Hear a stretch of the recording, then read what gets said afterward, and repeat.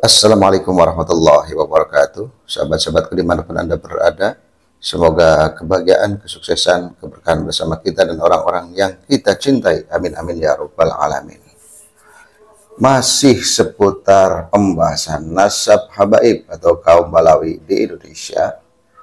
Kali ini ada info yang cukup menarik, karena pembahasan nasab ternyata juga dibahas pula di televisi nasional kita. Ini menunjukkan bahwa persoalan nasab, polemik kaum habaib Balawi di Indonesia itu semakin hari semakin mendapatkan perhatian di kalangan ilmuwan, cendekiawan, ulama-ulama kita. Ada seorang ustadz, kiai atau syekh yang berbicara terkait nasab di televisi nasional, dan ini menunjukkan bahwa kita semua sedang disadarkan secara nasional.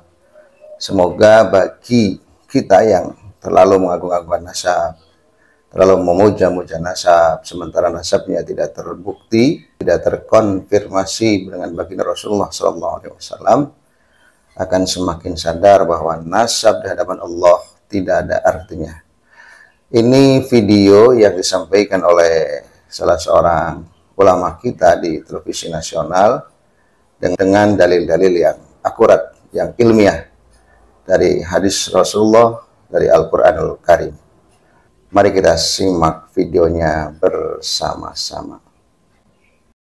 Apakah nasab itu menjadi jaminan masuk surga gitu? Ya, ya, dalam Quran itu sudah lengkap.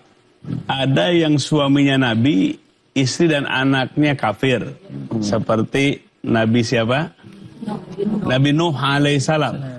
Ada yang suaminya jahat, siapa namanya? Fir'aun. Istrinya solehah, siapa? Asyah. Jadi sangat lengkap sekali. Ya, dalam Islam itu sangat lengkap, dalam Quran kisahnya lengkap. Artinya, memang yang namanya darah keturunan itu tidak ada yang menjamin. Tidak ada yang menjamin. Makanya kecintaan dalam Islam kepada keluarga jangan melanggar hukum gitu.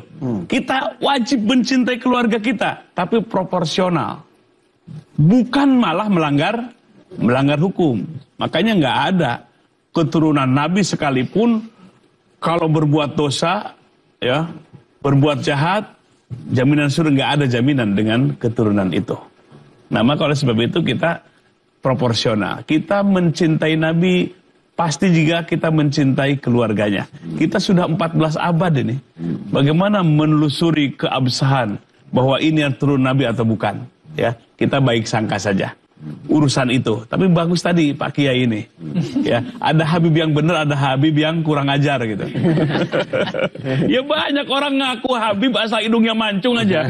Bisa jadi itu orang Irak, bisa jadi itu orang Maroko kan gitu. Ngaku ke Indonesia Habib, percaya aja gitu. Tapi kelakuannya kurang ajar. Isi orang dipinta misalnya. Nah itu persoalan di tengah masyarakat.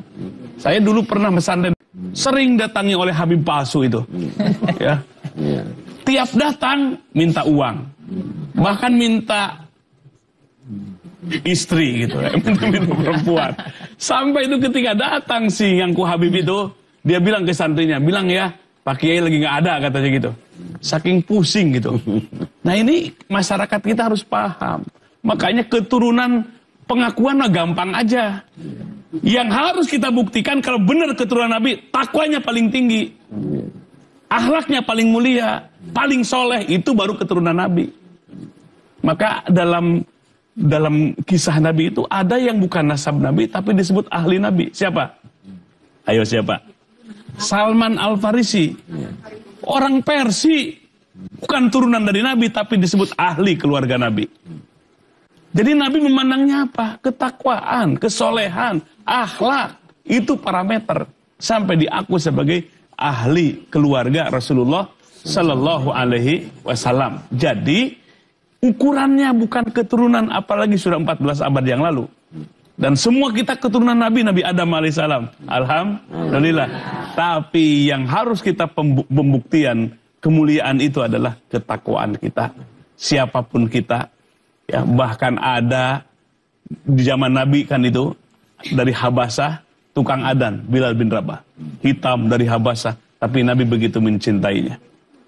Begitu juga Bilal bin Rabah sangat mencintai Rasulullah SAW. Jadi benar-benar ini mengikis namanya feodalisme, kesukuan, kebangsaan, keketurunan.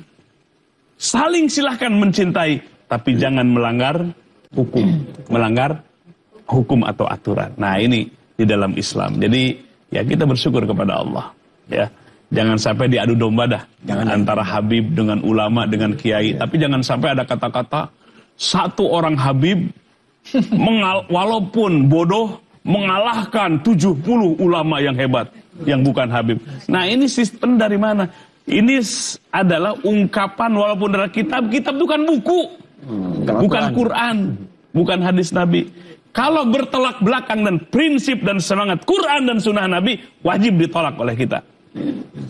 Tapi kaul ulama atau kitab yang manapun selaras dengan semangat prinsip Quran, ruh Quran dan sunnah Nabi, nah itu yang benar. Ya, jadi ini supaya masyarakat kita lebih paham, lebih dewasa. Jangan sampai kita di masyarakat kita ada sistem feodalisme dalam kehidupan ini. Cukup jelas, lugas, dan cadas apa yang beliau sampaikan terkait persoalan nasab. Sekali lagi kita saling mengingatkan bahwa orang yang membahas nasab, termasuk nasab kaum Balawi atau Habaib dan Indonesia itu bukan berarti membenci, bukan berarti tidak sayang. Justru dengan ini adalah bukti bahwa ulama-ulama pribumi, ulama-ulama Nusantara itu sayang dan mencintai zuriyah Rasulullah Shallallahu Alaihi Wasallam dari pemalsuan, pengakuan, klaim orang-orang tertentu, klan-klan tertentu yang mengaku zuriyah Rasulullah Shallallahu Alaihi Wasallam, tetapi tidak terkonfirmasi baik secara sejarah, baik secara ilmiah atau secara manuskrip dan secara tes DNA.